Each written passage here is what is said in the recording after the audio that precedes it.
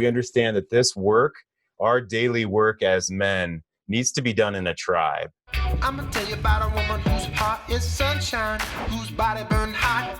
I'm gonna tell you about a woman who's cold as tundra with some frozen eyes. I can tell by the way she moves. Welcome to the C Note Show, gentlemen, brought to you by Great Men Move Mountains. Our theme of this week is She Wants Space, Now What? It's crazy to make this show more and more like this image of what's going to draw us all forward here, guys, right? We're here because we understand that this work, our daily work as men, needs to be done in a tribe of other supportive guys who are going through this, who have gone through this, who understand what's going on, who's reading the books, who's having the conversations outside of with our spouse. Right? We're not trying to make her our therapist. We're not trying to make her our father or our best guy friend. She's our spouse, and she wants to be that woman in our life. She wants to be the beauty to behold, not our battle and not our adventure, as John Eldridge would say. And so we have an amazing group of men here. I'd love to see you guys here. And we have my talented and beautiful co-host who gives us the feminine perspective, a coach's professional and feminine perspective, Miss Cynthia Cruz. Hi, Cynthia. Hey, good morning. Thank you so much for inviting me into this incredible space. I am always so excited to be here. Thank you so much. We're going to talk about the book King, Warrior, Magician, Lover more today. We're going to go into the archetype of the lover today. And then I have a Esther Perel clip primed and ready to go that I wasn't able to get to yesterday. And let's just start with our show right off. Our theme is She Wants Space. Now what? We're here to do our daily work. You're here to get more hugs, kisses, sex, and affection in your life, regardless of what's happening. Regardless of right now, you're speeding toward rock bottom. You know, your face is in the mud like mine has certainly been in the past, and maybe you feel yours is now, or it was just a few weeks ago. And you started listening to this show, or you hired a coach, or you're on our private Facebook group, or you're among the other tribe and men of great men, move mountains, and good guys to great men. Right. So there's a lot of men here that are among different groups, and there's men here that are doing one-on-one work, or they're tackling this wholly through the C Note Show, which Cynthia and I are very proud and happy to bring to you. So let's start off on the question that we did a cliffhanger on yesterday, which is this one here from Billy. Billy posted in the chat. My wife and I share Google Photos. I see that she gets my photos, but I don't get hers. As of a couple of weeks ago, she gave me her phone and I saw a filter for photos. So I said, be honest, did you do this? And she started yelling and going crazy. Anyway, I can see all her photos now.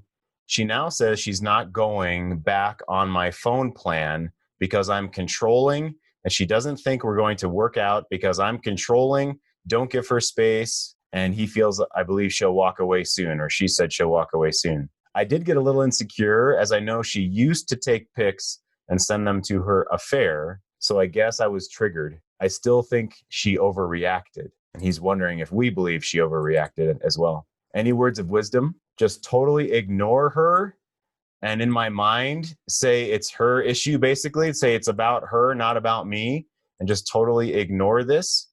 And that's the end of his question. He doesn't really say here what he wants. He doesn't say what he wants within the relationship moving forward from here. He doesn't talk about his vision. He doesn't talk about his own boundaries. And as you'll know from this show, the three forms of confidence are a huge, huge piece of how we understand our learning. So here's our book we're going to talk about again today, King, Warrior, Magician, Lover. And here's the three forms of confidence: emotional confidence, behavioral, and spiritual. And if he doesn't know how to feel about this, which is kind of what he's asking. How should I feel about this? What do I do emotionally? What should I say? Do I have a boundary around this? What are my own values, my nuts around this? And why am I asking this? Why do I, should I care? Should I not care? Well, what's driving you forward? What's your vision that's pulling you forward in life? What's your adventure in life look like where you're inviting her along to be a part of that, not just trying to placate her, not being in is mommy happy, not trying to have happy wife, happy life, because that's not working for us guys, right? That's not working. We've tried the nice guy shit. That doesn't work.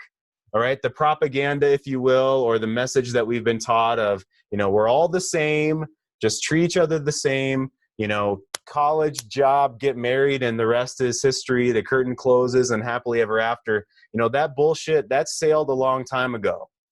That sailed a long time ago, and we're realizing we need to have other skills that aren't generally taught.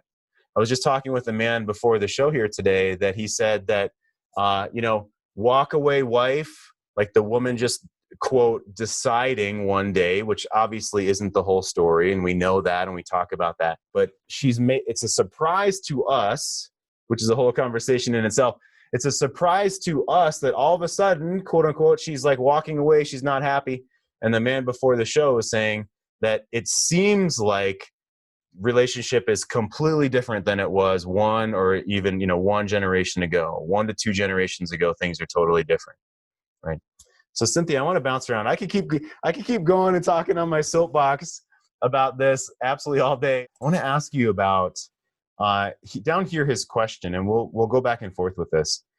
I think that she overreacted about me getting into her phone and seeing photos and asking her, be honest, did you do this? And she started going crazy. So he's making these tacit implications here, or he's accusing her of something, or he's not trying to accuse her of something, but she's obviously, reacting really strongly. Give us some frame on the woman's potential point of view, right? We don't know if there was an affair. Well, he says there is an affair. So we don't know exactly what's happened, obviously. All we're seeing is his question right now. And the first part of his question was, did she overreact? He's wondering, he thinks that she overreacted. And so give us some feedback from the woman's point of view and get us started here, please. Sure. Well, I would imagine being in a man's shoes in today's world, anytime a woman starts throwing around, oh, you're being controlling, stop controlling me, there's an immediate fuck. And I want women to understand that that's a really powerful statement, and to really speak of it from an honest place. As a woman, if a man was, asking me about things, or, why is this happening? And it was done in a very frustrated way, where he wasn't feeling kind of grounded in himself. And, his fear is really present and his anger is really present. It could feel, it could feel a little controlling. And on the other side of that, and I think that's already gone on in the chat, and Jason said this, and Billy was saying, hey, my thoughts as well, that when someone reacts really defensive and in anger, that's blowing out of their own shame, guilt, embarrassment, doubt in self.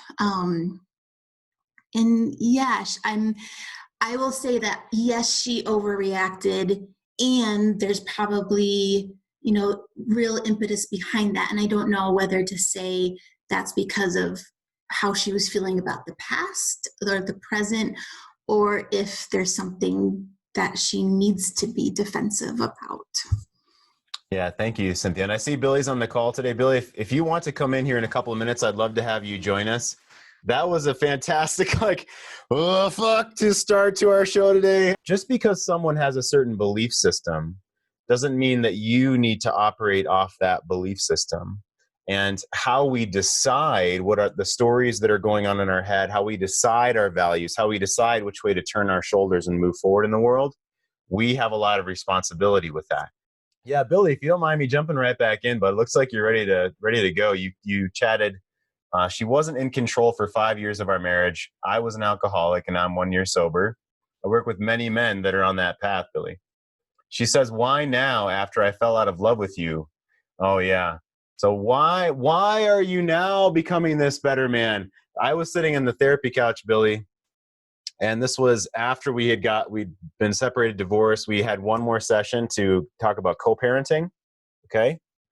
And basically, I'm doing my men's work. She's seeing the results, all these kind of things. I've talked about this in the show too. And all of a sudden, she does the, now you're being this better man. And basically then she started to talk about herself. She said, and I'm gonna blah, blah, miss out on the, and then as soon as she started to turn it on herself, I started to get angry, which I hadn't for months, I'm like, great when I'm not around her, right, Billy?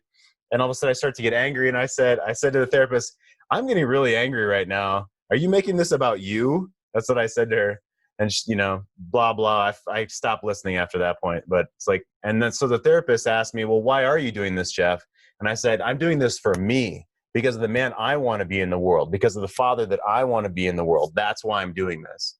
The therapist got a big smile on her face. I'm like, okay, well, I wasn't trying to please you, Miss Therapist, but that's why I'm doing it. So, yeah, Billy, you said she had an affair with an old fling. She would send him pics as he was away. Then he let her down. All men. She's a therapist.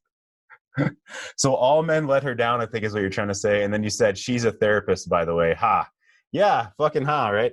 Well, Billy, Billy, if you want to come on, I'd love for you. And I mean, Cynthia and I could certainly talk about this ourselves. But Billy, I want to bounce back to your question and go up here to the next part of your question, which is, words of wisdom. Do I just totally ignore her and say it's about her, not me? So catch us up, Billy, on where the two of you are. Are you separated, right? And then what are you wanting for the next step here? Go for it. Okay. Hey, Jeff. Thanks for having me on the show. Yeah, thanks for being on. For your feedback. So where we are is this summer the courts made me move out of my house and let her stay there. And then I got an apartment on my own. We had like 50-50 custody of the kids. A lot of horrible things were, but I'm on my journey where I'm somehow, I can't even believe I'm saying this, but I forgive her. And I mean, I'm talking like, dude, just like stuff that isn't even, I mean, I'll just throw this out there just for effect. Like saying that I didn't even wipe my daughter's like butt, in court, and stuff like that. And just that, like, really, man, went for the jugular. And I understand she has a lot of pain. And if I'm being honest, right, which is what we come here to do, get brutally honest with each other, right, is I was a bad father, a bad husband. And it was part of me feeling unappreciated because, I'm an emotional guy and need like physical touch. And we had lost that when we had kids. And then I went to alcohol and smoking pot all the time as opposed to trying to work on myself and wonder what my play was and everything. And then by doing that, like, she got resentful, feel like I didn't, she put her career on hold for me and for the kids. And then, also she just feels like I wasn't there for her at all. But for me, I feel like I was trying to climb the corporate ladder and, to get more for our family, a bigger house and all that. And it was just like not being very clear on our communications, and therefore getting resentful and thinking that we knew what the other was thinking. And then just years after that, and then she finally had enough, and alcohol and marijuana wasn't working for me anymore. So I went to AA, got sober, and then I've been on this like year and 3 month journey of discovering, finding me. And since then, she called off the divorce. We sold our house because there was a neighbor there that, I would flirt with sometimes, and it was her friend, and it was just bad juju. It was all because of my alcoholism. I'll admit, take ownership for it. And also because of where my marriage was, right? This girl was like kind of, showed me attention. Probably the same reason why my wife had the affair. But my wife had the affair with some guy that went to prison for 15 years, and she was with him right before he went in. But she would like write him and lie and say she was going on business trips. But I didn't know this because I was in a fog for like the last year. And then so we found out about the affair. I found out through the Google pictures that we had already been sharing for a year. Like, it was like she was sending out an SOS, but I never even noticed because I was so like into my own world of just drinking and, and self-medicating.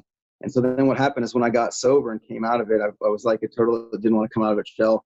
And I looked in the mirror and didn't even know who I was. And I was like scared of myself, and all my life people had told me that I was a good looking guy and, I'll be all this. But what I realized is that I had somehow through the journey in life or whatever, looked for alcohol as some of my confidence. And then when I didn't have it anymore, I didn't really know that your confidence comes from within and not from other people. And I didn't understand what that looked like. And like you guys are saying, boundaries. I had never had boundaries in my life because I'd always show up to the bar and like, for example, and embarrass my wife because I would be the one that would be wasted. And then all of a sudden, Jeff, you and I just met, but I'm kissing you on the cheek saying, dude, we're best bros, man. You're my best friend ever. And you're like, holy fuck, dude. Tracy, your husband Billy, was pretty cool until he just kissed me in front of Cynthia and everybody, and I don't even know him. I just met him. And then, then that's when it'd be like, all right, Billy's cool for the first hour, but now can you get him to leave? And then you guys can see where it escalates for that. So basically to wrap it all up, so that was kind of like the history of the pictures, and she would send them to him. So that's where the Google, it kind of was a trigger for me. But what happened is she also said that when we sold our house, we got an apartment, she said that she would work on us when we got to our new house. And to me, we're not working on each other, and she or on our marriage or anything I suggest we don't do. And she says it's because we need to work on ourselves first so that we can then be strong together. But I feel like she doesn't even know. And then today she said that I'm just too much for her, and she let down a bunch of bricks. But she said basically that she's either leaning towards divorce and then splitting 50-50 or reconciling, but she doesn't even know what she wants now because she's so confused. But the problem is that she's pushing more for divorce because I won't give her space. And then that was the whole hence around what women really mean when they see space, because to her, I think it's just like, dude, to show no emotion at all and just let her come to me every time with every conversation and with everything. And then just in time, I don't know, I guess hope all the hurt and pain and the love comes back. I don't know. That's just where I am. So that's, yeah, I hear you. So thanks for jumping in, Billy. I appreciate it. I'm gonna jump in for a couple minutes here. First of all, I love that you're open. You're really aware of yourself. I think you know this, right? And the journey that you've been on to get sober and start to actually touch in with the parts of yourself. And I'm not sure if you've seen any of the other episodes, if you've been on this week just yet, but that book, King, Warrior, Magician, Lover, is touching into the 4 Jungian archetypes of ourself. And what you just talked about is, how do I lead in a group, right? How am I the king in the group? How am I thinking about what am I doing? That's magician energy. How am I a lover? Okay, wanting to touch and be in the world of vividness and passion, and we'll see that today. And then what did I leave out? A warrior in the world of what do I do moving forward here? What's the goal of where I want to be, heading toward? What's my king pointing me toward? And then how am I taking good action toward that? So you're here today, you're doing this work, you're getting sober, you're starting to understand what's going on. And it sounds like to me, you're in that phase of, well, what does she need space mean? What does space mean? And how do I kind of strategically move into that? Is that what your question is right this moment, Billy? Right. Yeah. Basically, how do I, because she says, you don't need to tell me anymore that you love me or that, you want to have sex with me or whatever, because I know all that things. Now you just need to give me space and basically make it all about me completely and not about you. And by doing that, then your actions will prove that you really love me. And then she also said, while she's trying to find herself right now, to not take her words at face value, because she's got a lot of emotions and messed up things going on right now. I gotcha. Awesome. Thank you, Bill. I'm going to put you on mute for a second. Cynthia, I'd love for you to jump in, and I want to introduce our 2x2 of today. And this is directly related, but Cynthia, I'd love for you to go ahead and jump in. Are you ready to give Billy some thoughts on the space and where she's at? Yeah, go for it, please. Sure. Well, Billy, thank you. I am so honored to hear your story, and your leadership energy is really profound. Everything that you were sharing, I felt like I was there with you, and you were moving me through the journey that you were having and the next steps that you're thinking of taking. And I really appreciated that, because you're modeling, kind of being in the mud and actually how to move through that. So thank you for that. And I hear what you're saying, where she says that she wants space and she wants to, work on her own things. And when you said she wants it just to be about me, do you mind just clarifying? Was she saying, Billy, I want you just to focus on you right now and me focus on me right now? Is that what you were saying? Okay.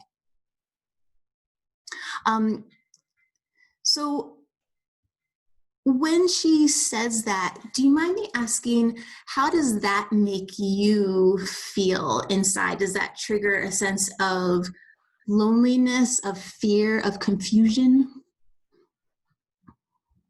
Yeah, well, it's more of, the journey I'm on. It used to come off as anger, but now, as self-discovering and peeling back the onion, now I know it's actually a fear that if I told, man, this is kind of, sorry. It's like if it's fear of totally letting go 100% because I'm scared that she won't come back.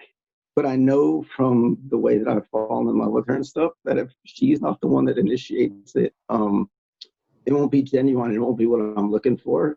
But I mean, if I'm just being honest with you, sorry, that's why I'm getting emotional, because I know that's what I really need to do is let go 100%. And then, and I don't mean let go like want the divorce to happen or anything like that. I mean, let go of all my expectations and let go of what my definition of love is and allow her to find her own definition of it.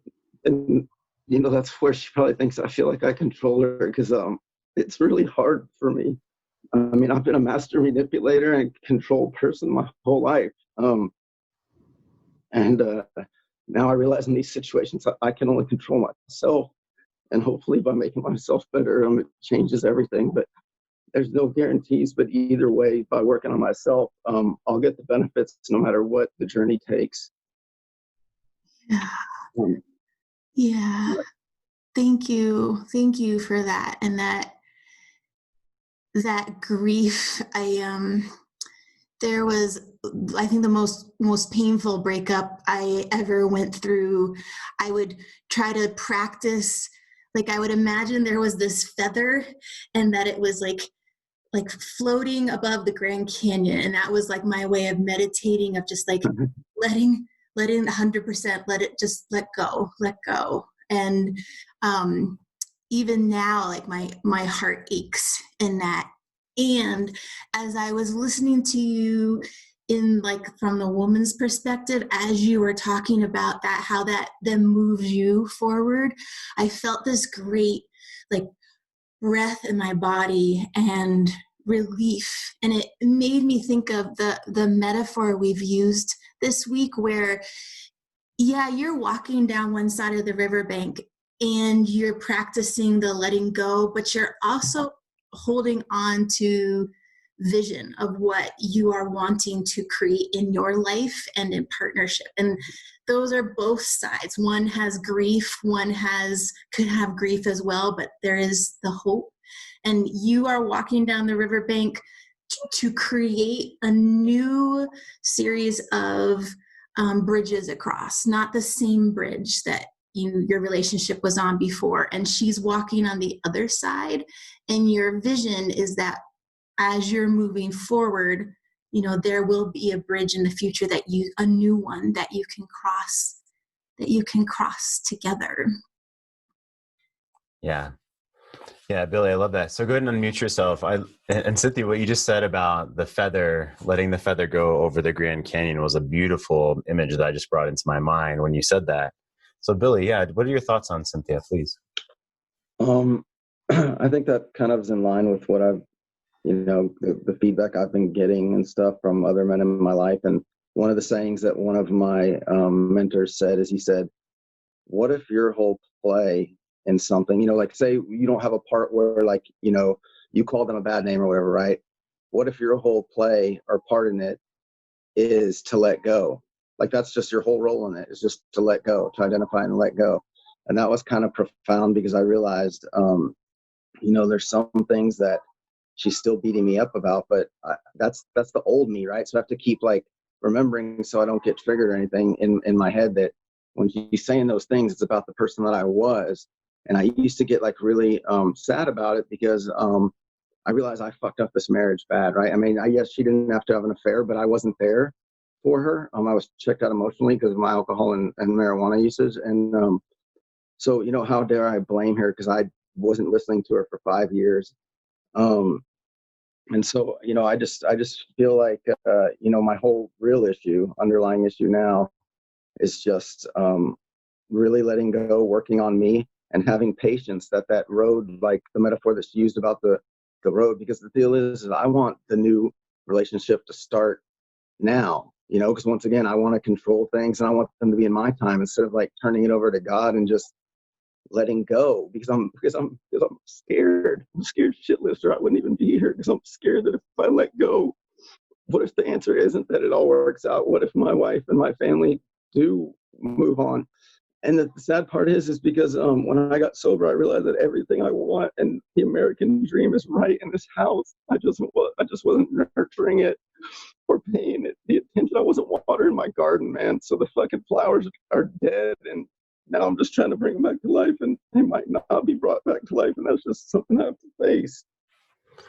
Yeah, that's Billy. Thank you. That's terrifying for all of us. I absolutely went through this. I say in 2015, I felt like I was in free fall off of a cliff, just waiting for the ground to hit me in the face because I was in this purgatory of my own creating. That's what I thought. So I completely understand what you're saying. It's okay to be afraid. You know, it's okay to worry that those things will go away because Billy, the reality is, and let's fucking face the dragon right now. The reality is that story is dead. It's already dead. It's already strewn across the ground. It's already no longer going to happen the way that we were hoping it was going to happen. So the act number 2 that you're in right now is learning about yourself. It's growing. It's giving her space. She hasn't blown up the bridge. Okay. She hasn't run the other way. She hasn't moved out of state with your kids. Like you know, there's definitely other things that she could have done at this point. So in act 2, it's you learning to grow the 3 forms of confidence and give her space. That's why you're here, right? That's fucking great. Okay. So act 3 gives you the chance to grow version 2.0 of that relationship, or gives you the chance to be the grounded, amazing father and man that you know you want to be for your children and for a model for her and what masculinity is and the man that you always wanted to be. So if act 1 had not happened, you would not be in act 2 where you are now.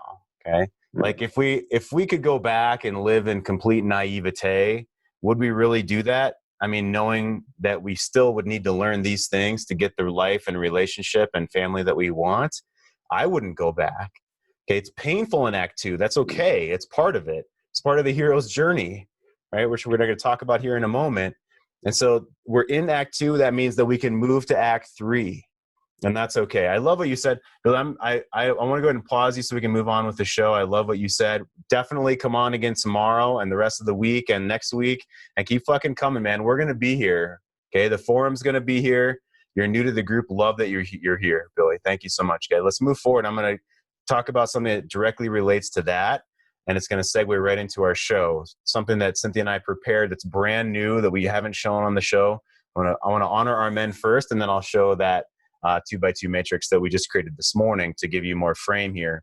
And I'll do some more teaching and we'll show a video. So love you guys that are here. I always want to do this. Cynthia, let's honor our men. If you could keep an eye on the chat for me, I'd appreciate it. And we love Andy being here, Ian, of course, and Patrick came on early. Kent's here again, of course.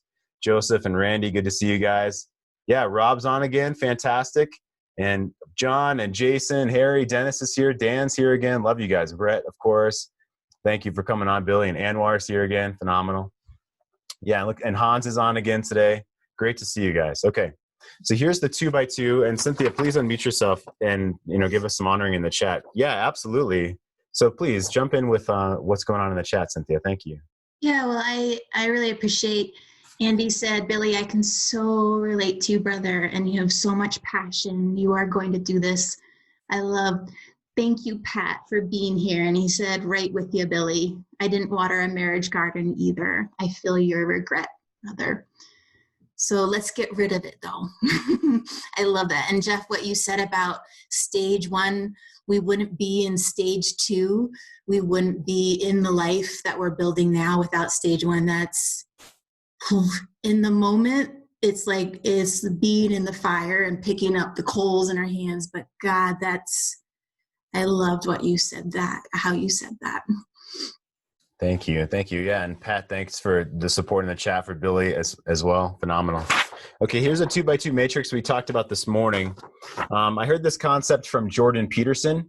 And if you haven't seen his psychological take on the religious studies, on the biblical stories, his psychological analysis of the biblical stories, you can search that on YouTube. and each one of them is about 2 hours long. Deep in that series, he talks about freedom and responsibility. Okay, so let's do the matrix of freedom and responsibility. And Cynthia made us a little graph within our notes here as well, so I'll refer to that in a minute. So we want to think about relationship, and we want to think about how much someone feels free, right? And we talked about this with Hans yesterday as well. Maybe you don't have a lot of freedom right now because you have kids and high demands and work and lots of stress and things in the environment that are going on and within your career that are going on. So, but if you have zero freedom, okay, what does it mean when you have all responsibility and zero freedom? Right? It means that you feel like a slave to your situation. Okay? And if you have no responsibility and all the freedom, it's immature, it'll be entitled, you'll feel bored with life. So if you don't have enough responsibility, okay, then you're going to feel listless. And you give yourself responsibility if you don't have a goal, a mission, a vision in life. You can grow that aim for yourself in life. Okay. And so consider that. And what is my role as a husband? What is my role as a husband? What are my responsibilities that I've taken on? In what ways do I still have freedom? Okay, because if I've taken away all of my own freedom, that's my doing. That's my own doing. Right? So where do I have freedom in my day, even if it's for 5 minutes at a time, 10 minutes at a time? No fair blaming everyone else for the fact that I have zero freedom. I need to have boundaries and carve some of that out for myself. Right? And then I want you to consider the gear. So here's a speedometer, right? And I want you to consider what gear your relationship is in. So how am I contributing to the relationship according to the gear that we are in? And hell, is the emergency brake on right now? So what do I do if the emergency brake is on? Okay. So if she's slammed on the emergency brake in the relationship, right? We can't just keep trying to plow through in whatever gear that we're in. Okay. We need to come to a stop, and the 3 stages of coaching, right? We need to come to a stop and stop fucking up first. We need to stop messing up. If the emergency brake is on, okay, to move into growth and to be able to take the emergency brake off and move into first gear, we've got to stop and stop messing up. Okay? Now, if things are basically coasting, if you're in neutral and you're pressing on the gas, there's no emergency brake, but you're in neutral and you're pressing on the gas and the engine's revving and you're not going anywhere and you're wondering what the hell is going on, okay? How much energy are you putting into where you are in the relationship right now, okay? So if I'm going 30 miles an hour, I can go ahead and put it into third gear and pick it up there and go forward. If I'm trying to throw it into first gear or sixth gear, if it's something completely inappropriate, okay, we're going to have problems, right? If we're not doing well and we're coasting at 20 miles an hour and I try to throw it into sixth gear because I want sex, okay, I'm going to stall out. It's not going to go well. She's going to be upset by that. Just the same as if I'm trying to throw it in reverse and I'm heading 50 miles an hour forward, it's not going to work too well. So I want you to consider what gear, or are you in a gear? Is it in neutral? Has she thrown the brake on?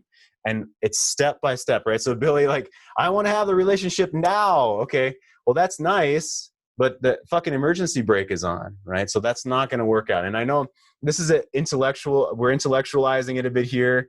We want to throw some different metaphors and different perspective on this. So maybe something clicks.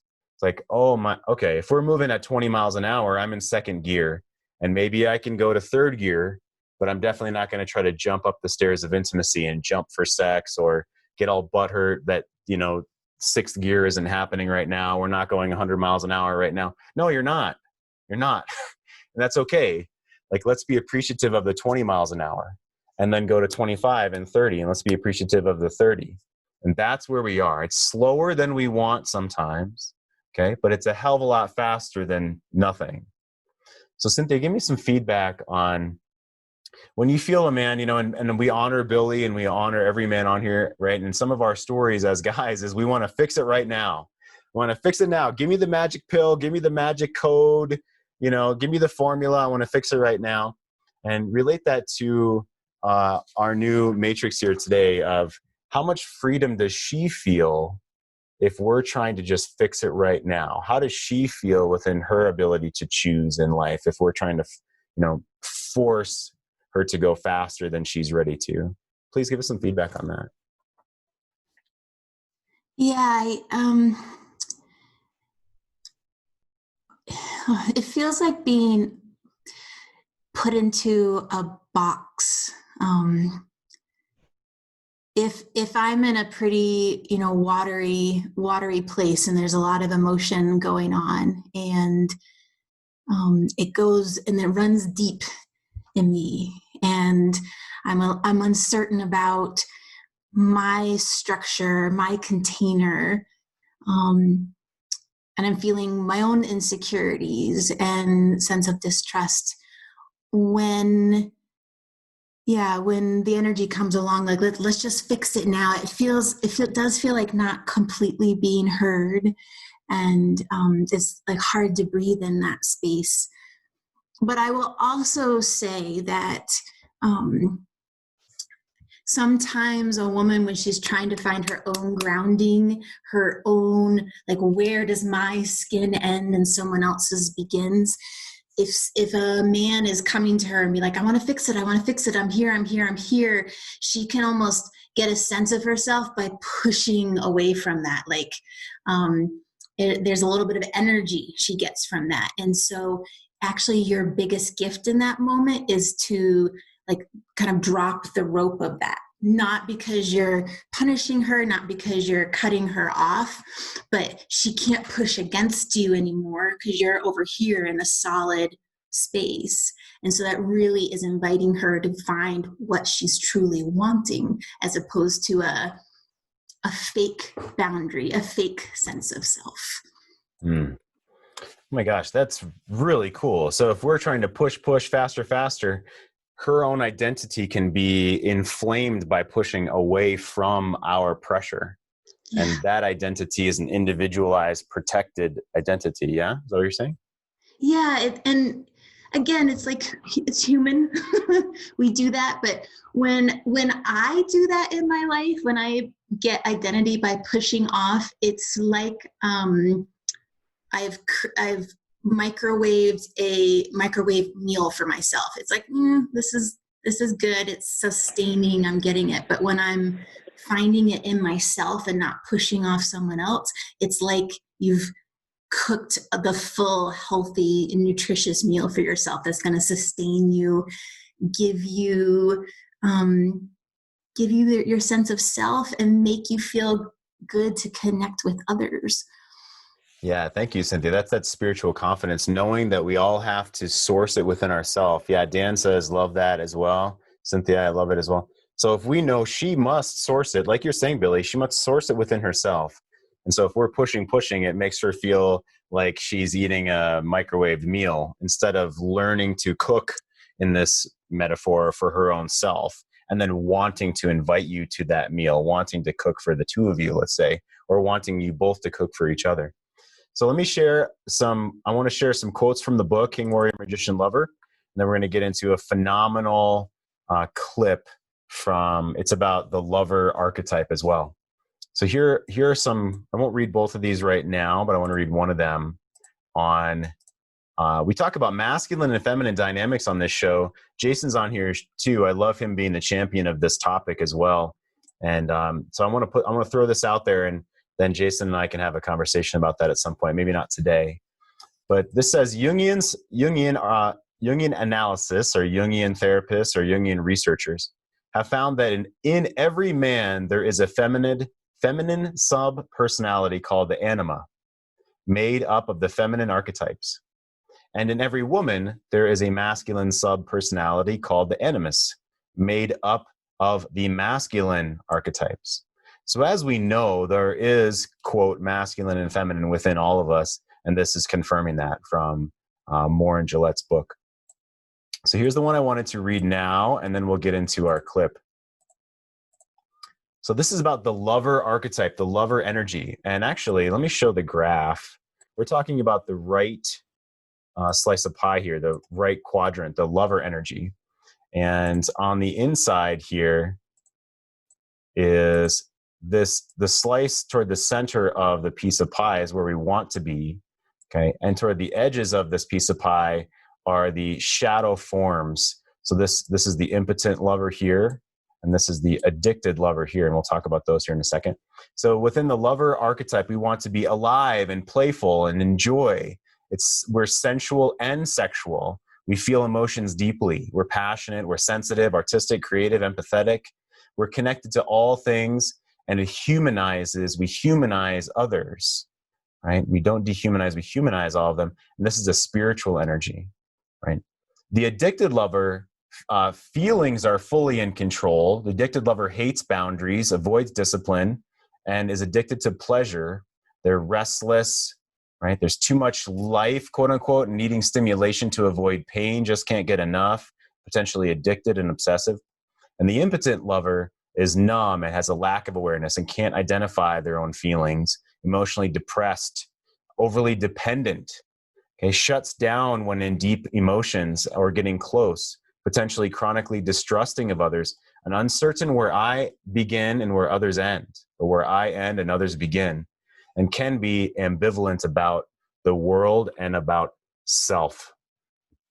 I shared that graphic in our private group, so our Great Men Move Mountains group. If you're not yet a member, you can request. You have to be invited in. So go to greatmenmovemountains.com/Facebook and punch in your Facebook login information, your Facebook email. That's what we need to invite you into our private group. We have 111 men last time I looked. Phenomenal conversations going on. And I'm going to share right now this video on the lover energy.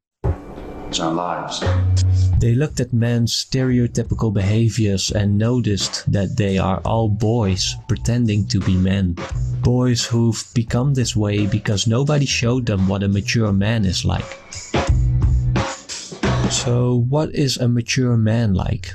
In the book King Warrior, Magician Lover, Moore and Gillette attempt to answer that question by examining 4 archetypical energies within the masculine psyche. Just like Joseph Campbell once presented the hero's journey as the archetype for stories, Moore and Gillette did the same for the masculine psyche and conceptualized the king, the warrior, the magician, and the lover.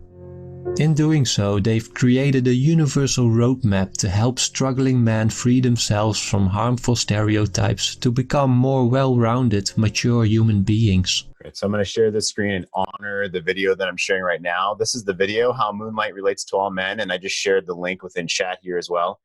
I curated these exact segments that I'm going to show you now. So let me grab this next one here. Boyhood into manhood. At the top, the archetype is lived in its fullest potential. At the bottom, the archetype is experienced in a bipolar dysfunctional form with an active and passive pole. This is also referred to as the shadow form of the archetype. 2 key points are: 1. All 4 archetypes are present in each person.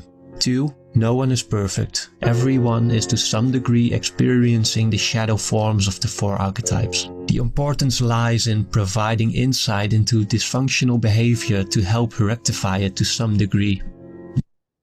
Moore and Gillette define the lover by whatever name as the primal energy pattern of what we could call vividness, aliveness, and passion.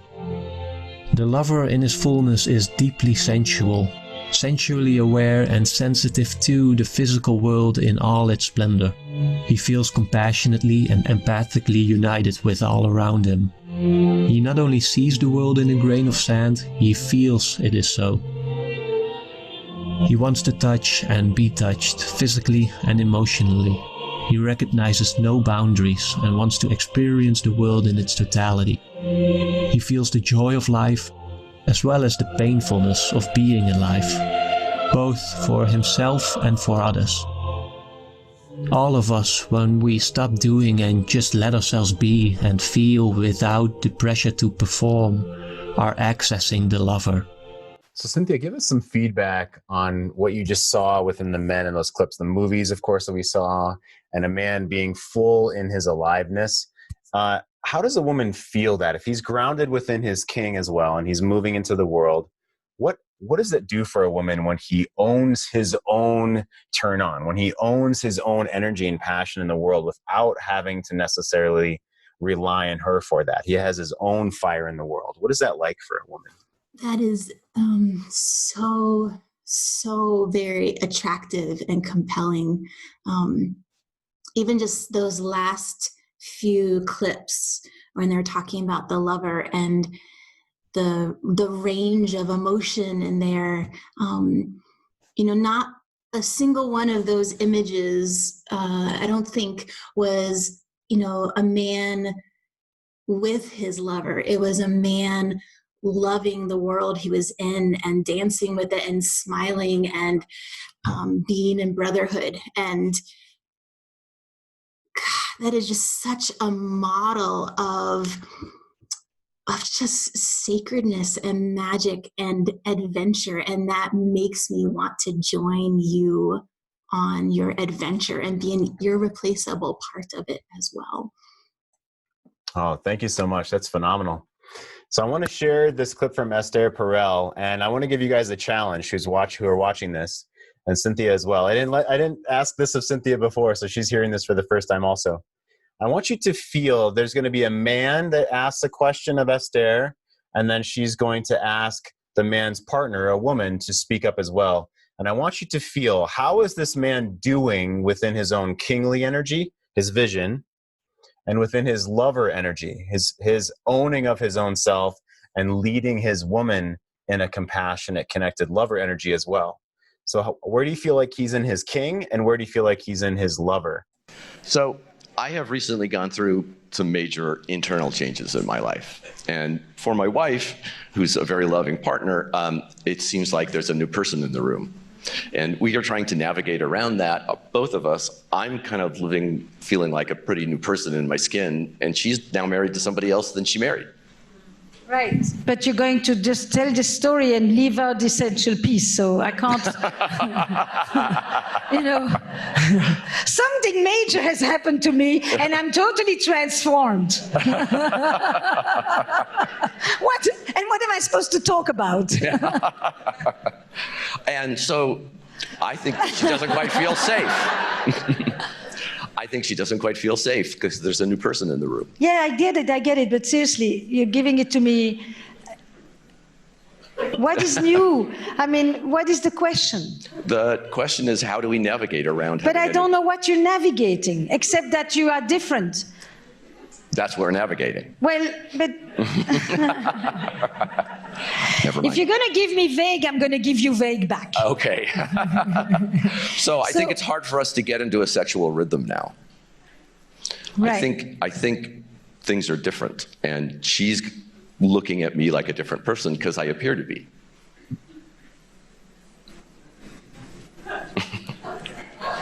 She's sitting next to you, right? I know.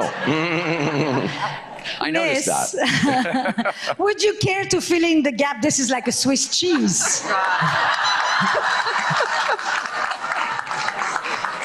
Oh, God. I don't know what's in his head, but... I want to pause right there. Okay, all right. So there's more. There's a little bit more. It's about another 2 minutes and 20 seconds more. So, Billy, I see you right there, or maybe Ian or Jason or another one of you guys who's near your unmute yourself button. What was his energy like? What was his king and his lover energy like in the way he talked with Esther? I didn't hear any. I didn't hear any. I didn't hear any energy at all. Yeah. He was being non-committal. He's being vague. I didn't pick up either of those things. Maybe I'm just tone deaf to that, but I just didn't hear it. Yeah, I agree with that. Absolutely. I didn't hear his leadership at all either. And he had this nervous laugh. And I'm wondering, why is he asking a world-renowned therapist who's on stage and not giving her details? I'm really wondering, why do you think that is?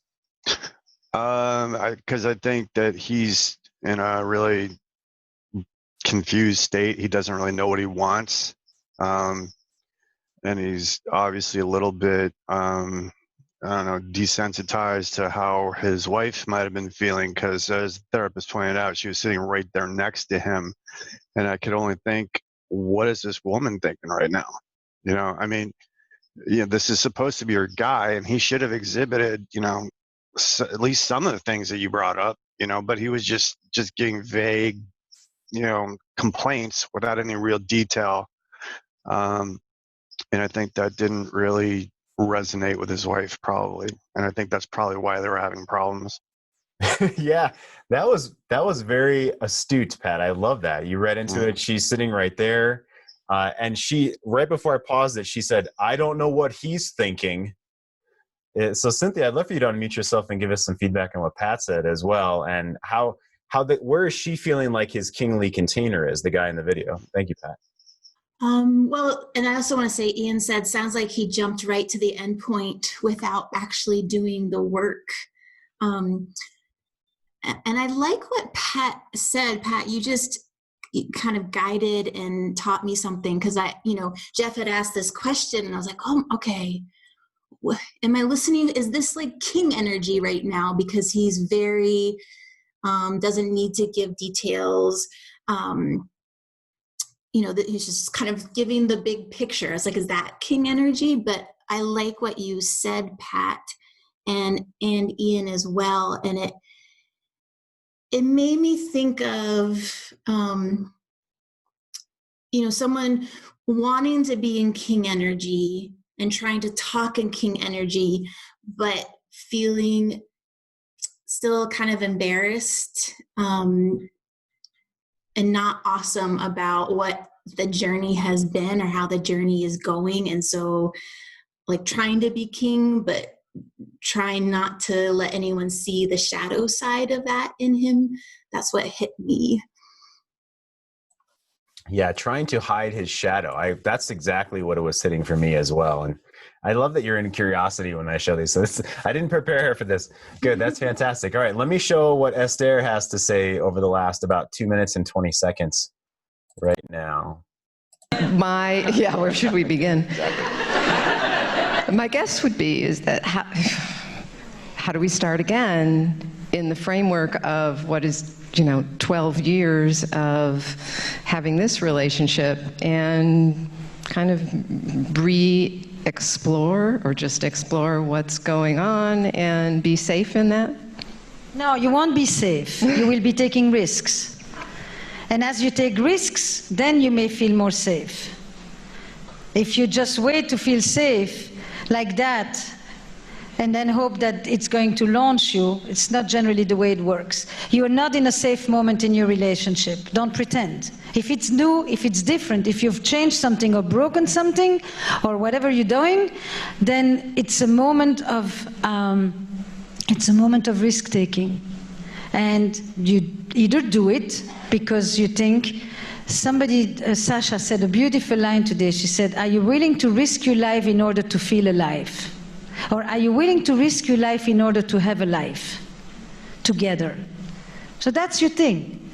But if you're going to do you first, après vous, very polite. If I see you do this and not stumble too much, I can do it too. No, this is a decision that you make with yourself. Each of you with yourself, very privately. And then you just show up. There's a line that I once gave at the end of the talk, the TED talk, but it's a line that I had actually used for my own marriage, where I said, today, most of us in the West are going to have 2 or 3 relationships, marriages, not marriages, and some of us are going to do it with the same person. So your first relationship is over. Now the question is, do you want another one with each other? That's a great question. Do you want another one with each other and recognize that the old one is over? I took down Esther's quote here. She said about 30 seconds before the end, starting a new relationship with the same person. It's a decision you make for yourself very privately, and then you just show up. And she also talks about how it is risky. Like, you lead with vulnerability and risk. It's not safe first. You don't feel confident first. Those things come after you have faith and you lead and lean and walk into vulnerability, right? As the man that you now are with these new skills, these new 3 forms of confidence. You've backed off that bridge. You've walked up the bank. You've had container for yourself. You've invited her to come into your life and your adventure when she's ready. and in little ways throughout this journey as we teach when we do one-on-one coaching as well, Cynthia and I. And then you build a bridge when both of you are ready to reach out to one another, if it's with the same person, right? I would love to help you save your relationship, which we do all the time. And I would love for you to be a kick-ass man and father in the world regardless. And that's the goal of this, is regardless, you're going to be an amazing man. So thank you for our show today. I know we're running short on time. Cynthia, let's honor our men, and I'll roll our closing credits. And I have 2 minutes that has some highlights from JOCKO and a motivational video about basically king energy in your life. And JOCKO is a great example of that. Maybe a little bit too much king energy sometimes, but you know, it's good. It's a good balance. Let's honor our men, and we'll close it up for today. Cynthia, thank you.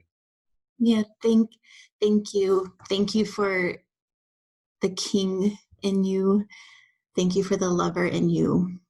This is an experience where I get to breathe amongst a forest of redwood trees. That is you. And it is profoundly intoxicating and captivating to know you and to hear you and to understand. So thank you so much. Yeah, I agree with Cynthia. Absolutely, gentlemen. Thank you. You are the forest of redwood trees. You talk amongst each other as well. You privately chat each other. You hit each other up on Facebook, our private Facebook group. And so this show has been the C-Note Show, brought to you by Great Men Move Mountains and greatmenmovemountains.com. If you don't have our free audiobook or our free 10-day program, the 10-day program is how to get rid of fear. The number one cause of divorce is fear. So go grab our audiobook, Dancing the Stairs of Intimacy, to get more hugs, kisses, love, and affection, and our free program as well on our website, greatmenmovemountains.com. You can click on free content or go to greatmenmovemountains.com/free audiobook or /free program. And that's our heart in the world. We're about heart in business. And this is our heart, and our free stuff is our heart. So we're so happy to have you guys here. Chasing your dream, you're already dead.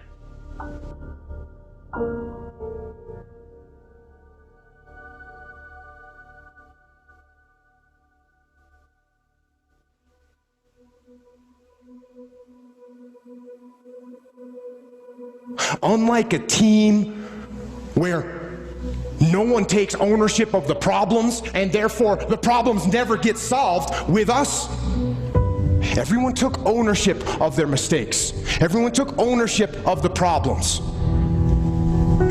And when a team takes ownership of its problems, the problems get solved. And that is true on the battlefield, it is true in business, and it is true in life. So I say, take ownership. Take extreme ownership. Don't make excuses. Don't blame any other person or any other thing. Get control of your ego. Don't hide your delicate pride from the truth. Take ownership of everything in your world, the good and the bad. Take ownership of your mistakes, take ownership of your shortfalls, take ownership of your problems, and then take ownership of the solutions that will get those problems solved.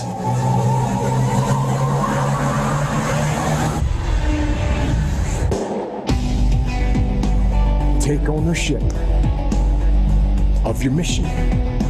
Take ownership of your job, of your team, of your future, and take ownership of your life. And lead. Lead. Lead yourself and your team and the people in your life. Lead them all to victory.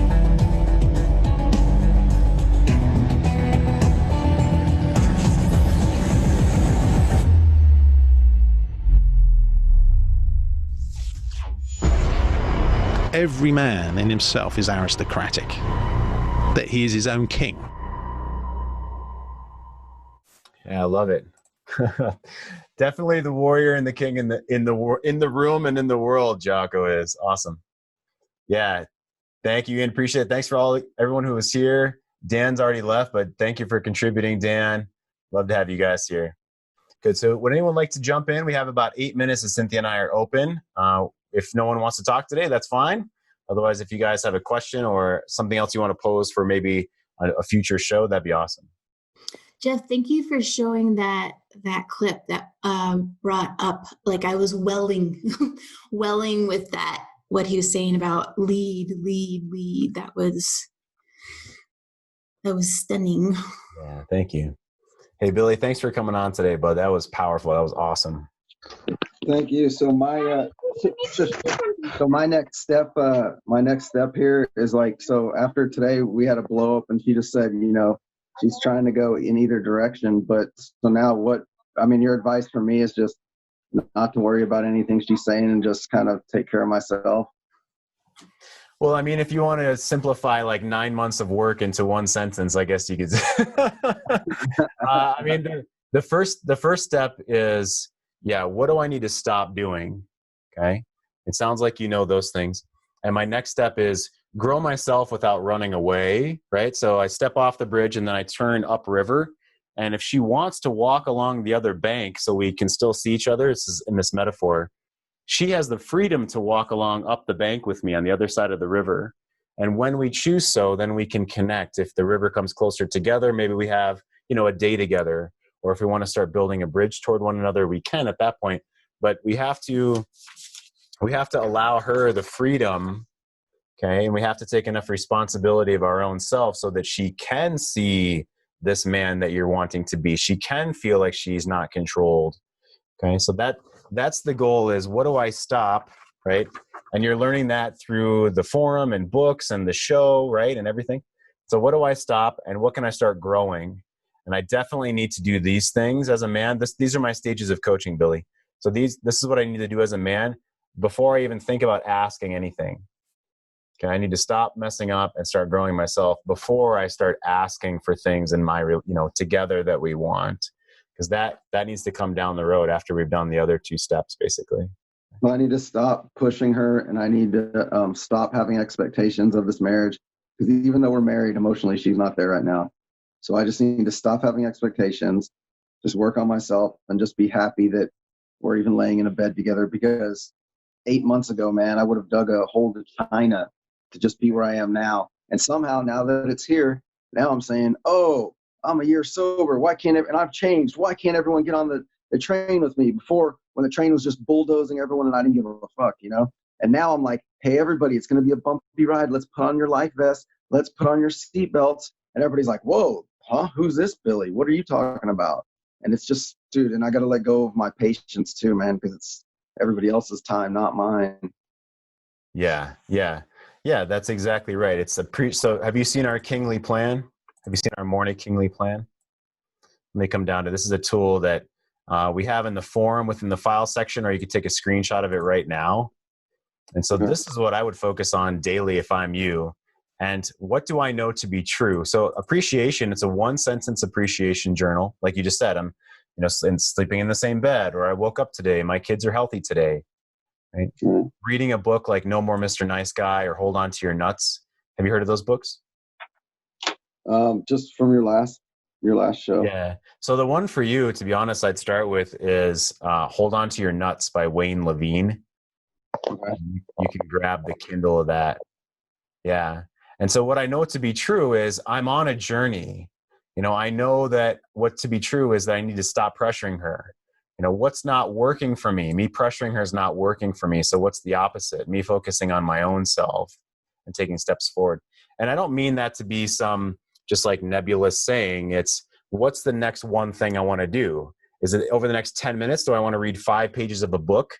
Is it the next week and I want to do a morning routine every day, and hug my kids? And then once a week, I come together with her and share one thing of appreciation to her, right? You can actually lay those things out for yourself. So if you want to talk about that, I'm happy to talk about it. You can talk about it on the forum as well. definitely grab that book. You know, it's like whatever, $10. That's going to be a great start. And so Wayne Levine, Hold On to Your Nuts. Levine is Levine. And it's got a picture of a squirrel in the front. I've got a Kindle of it too. And that has activities along the way. So it's a great book. It's an easy read. You could do the activities along the way. Okay. If you're coaching with me, I'd have you do that. So you'd be paying me to walk you through that book in one of the weeks in which we coach together. So definitely that book will just help me get out of my own head. So whenever I have my alone time that, you know, I don't know what to do with it, and I start going to that dark space, wondering what she's doing, what she's feeling, what, you know, all this bullshit that I have no control over, and it targets my insecurities. Go to this book, and that'll be my like journal per se, or my outsource to finding myself, bettering myself no matter what situation happens. That's a good question. So the book is your learning that's going to help you kind of point your shoulders in the right direction and take some steps forward. Okay. If you have a lot of monkey mind shit going on, post in the forum, right? Like put that out of your mind and into the forum and or in your journal, right? Into your one appreciation, and then just dump. Another thing I have guys do in my coaching, Billy, is one appreciation per day, and then just 5 minutes of dumping whatever's in your head onto paper, and not without editing it, nothing. It's just an appreciation and then a dump, right? And then otherwise take it to the men, post on the group. That's a huge piece of this, is this community. Absolutely. Yeah, because then I won't project it back on my wife. Yeah. We don't want it to stay in here, you know? It's like, I don't think that we can just always think through things and let it go. Sometimes we have to dump it on a paper and throw the paper away if you want, or dump it into the forum, or, you know, chat up another guy on tomorrow's show while you're in here, you know, just post in the chat, in the group chat tomorrow. Like, that's what this is here for. Awesome. Thanks. Yeah. Fantastic. So Cynthia, we'll wrap up. Let's say thank you one more time, and we'll go for today. We'll see you guys tomorrow at 11 a.m., just like every Monday through Friday. Thank you. And Andy, I love what you said. Yeah, no verbal projectile vomiting on her. Yeah, save that for us. Good theme for today. I agree with you totally, Cynthia. Thank you. Thank you all so much. Yeah, fantastic. Have a great day, guys. I'ma tell you about a woman who's cold as tundra with some frozen eyes. I can tell by the way she moves that she cares, and it's lovely.